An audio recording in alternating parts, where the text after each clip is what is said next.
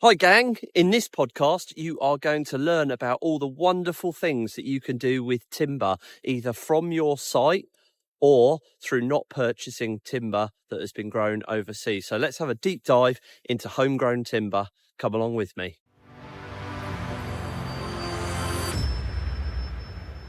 Welcome to the Ask the Arb podcast, where in this episode I'm delighted to welcome on Mark Council from Logie Timber. Mark and I have known each other for a number of years, but we actually haven't bumped into each other face to face for a while. We had a little chat in my office a while ago, and I thought, do you know what? It'd be absolutely fantastic to get Mark onto the podcast. I will let Mark explain what he does, but this podcast also is going to run alongside a YouTube video that we have put together, which is going to show Mark's operation and what he's got going on at Logie Timber. So, Mark, welcome onto the podcast. It's great to have you. So, for the uninitiated, give us a little bit of background into who you are and what Logie Timber actually is. Yeah, well, thanks so much for having us on the podcast. It's great to be here. And like you said, it's been a while since you've caught up. It's been a long time. I had a tree surgery company, and still do. We still have the tree surgery work, but we rolled that into the main sawmilling business. And then back in 2017, I met Alec Lane, whose family owned Logie Estate. And a sawmill was always something I really wanted to do, from having a tree surgery company and seeing all these incredible bits of timber, hardwood specifically, just getting chopped up and wasted, just chucked into fire or just left in the woods to rot. So it felt like the natural progression from a sawmilling business to have from a tree surgery business to have a sawmill. But it was just how I was going to do this. And I had a couple of options of just like buying a small sawmill and sticking it in a field and starting out that way. Or, either met someone like Alec and did it that way around and got some investment and did it in a big scale. So we went down that route, and 2017 we started. 2019 was when we officially kind of launched the company, went limited, had our first timber festival down at Logie Steading. And we originally kind of geared the business up as almost a bolt on to the tree surgery work, to just give a home to all this beautiful bits of hardwood. But then the softwood market started to come calling a little bit, and there was another sawmill not that far from here, Altair, that shut, and they were doing lots of larch and Douglas fir, and so we naturally started to get the inquiries for that. And then, which is, it's great, it pays the bills, because the hardwood's such a slow burn. It takes such a long time for it to go from log to finished product. It takes years.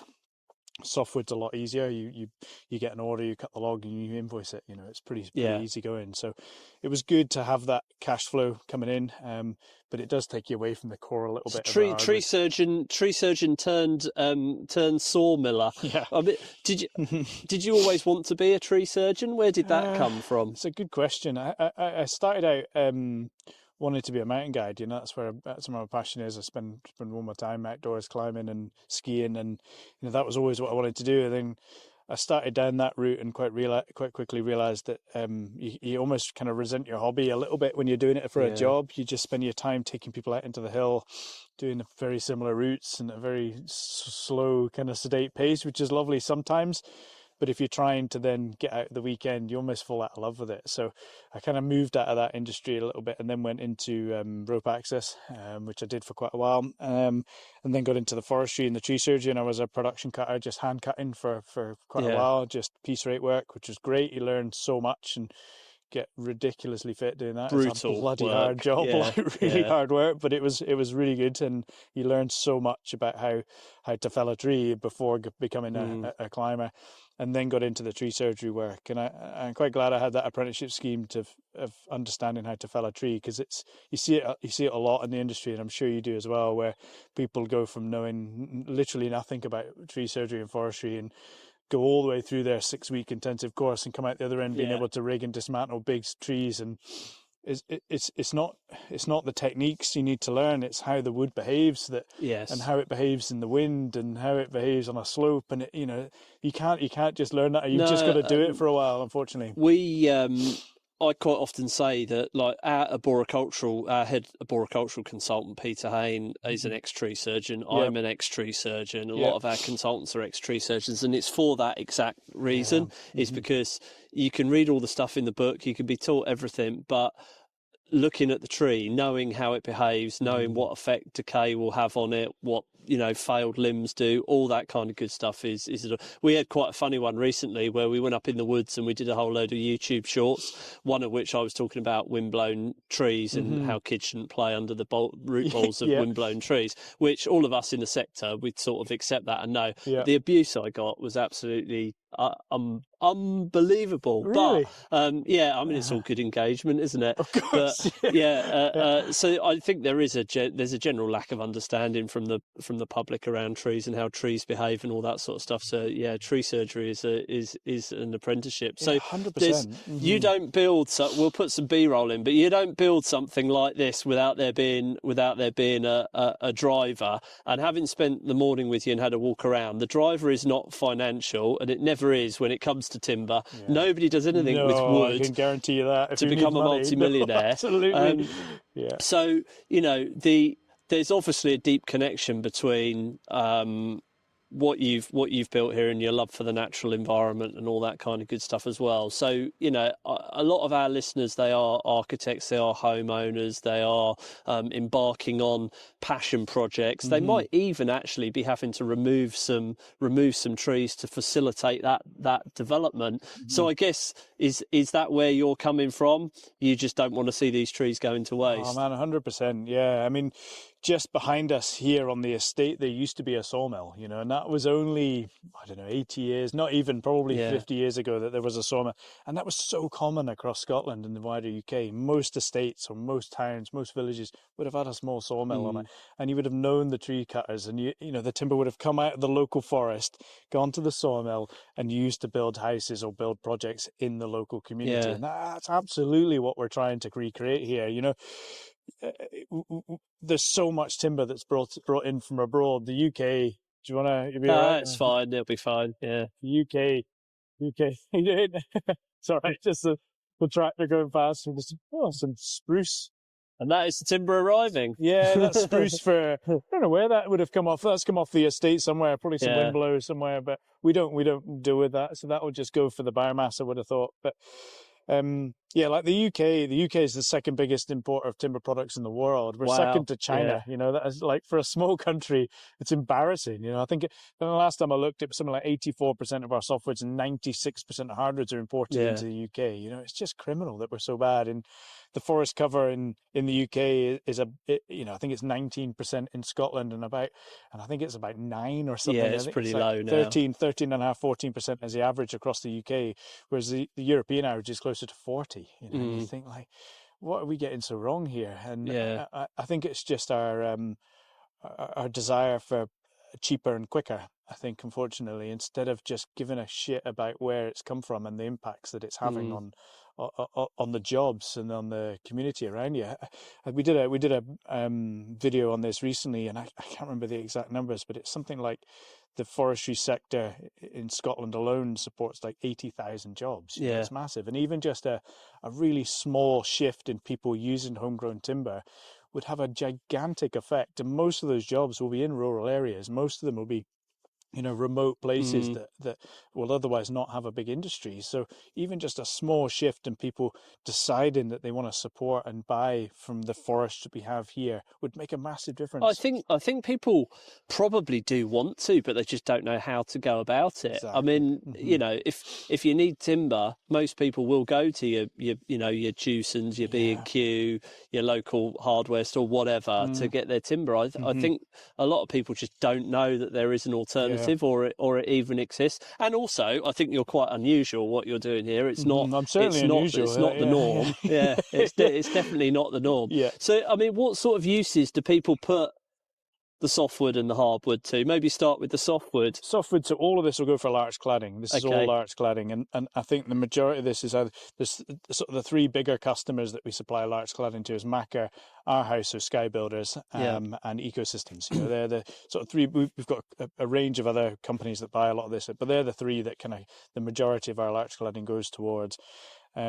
And larch is an amazingly durable product. It'll last years and years. If it's designed well and put onto the property well, it'll last years and And years. what do you mean by put onto the property well? The way it's fixed to the frame? 100%, yeah. So it needs to have ventilation all the way around the board. It needs to be a certain height off the floor. And if you're going to put it close, if you're putting it vertically, which the majority of this will be, when you cut the boards at the bottom, instead of just cutting them straight, if you put them at a 15-degree angle, you create a little drip point off the front. As the water hits the board, it runs off and it just drips off the front, instead of that going around the bottom of the board and then the capillary action pulling it back up, sucking it back up and rotting the bottom of the board. And then having a good overhang helps a lot, just to keep the worst of the weather off of it, for sure. But that ventilation all the way around the board, so battens and counter battens, so you've got a consistent airflow, makes a world of difference. And a lot of our listeners are in sort of England and Wales. It's quite common to see larch cladding in Scotland, not quite so much, in the rest of the UK. But there's no reason why that can't be, is there? 100%. And there's so many other sawmills doing this. I mean, the haulage cost kills us to ship stuff like this a distance, because it's quite big. It's quite big, chunky stuff. But there's more and more sawmills popping up all over the place now, trying to produce this and trying to push this message. So there really should be a sawmill fairly close to most of your listeners that can supply larch cladding in a decent scale. Good. And then what about the hardwood? We've seen some fantastic pieces of hardwood in your shop this morning, and there's all the traditional uses, things like tables and internal furniture and stuff like that. But what other kind of uses are you using the hardwood for, or your customers using the hardwood for? Yeah, good question. So the majority of it is furniture. It goes to furniture making. We do a lot of green oak framing as well. Scottish oak is challenging at best sometimes, but we do get some incredible timber up here, really slow grown, really durable oak. Challenging in terms of the way it's grown, or challenging in terms of supply? A bit of both, really. The more the way it's grown, we can get hold of oak, but because the art of, and it's probably our fault as manufacturers of hardwood timber, that we haven't shouted hard enough or loud enough that we can use this stuff, that people have lost the management skills of hardwood forestry.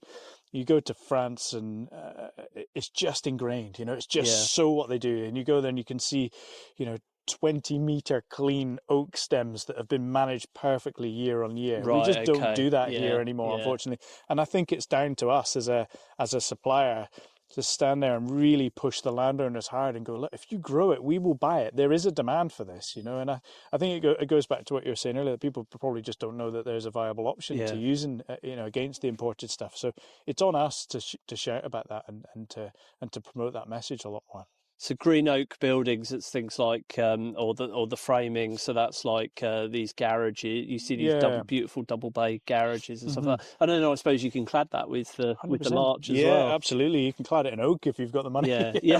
That'd be an expensive double garage. It would. Yeah. But yeah, a lot of oak framing for sure. And we do quite a lot of bridge builds and stuff like that as well. And actually, oak is perfect for the connection between steel and timber. If you put a big steel beam in to make a bridge and then put softwood on top, that connection point, the timber will rot very, very quickly. So we do these nailing strips that are to go on top of the steel, and then your softwood boards, your larch boards go on top. So you put your big beams across the span, oak across the top, and it doesn't need to be thick. It's just enough to put the screws and the fixings down through, and then your larch boards go horizontally across. My family used to own the Basingstoke Canal down in Surrey in Hampshire, and my very first job, as I mentioned when we were looking around the sawmill earlier, was literally doing mortise and tenon joints.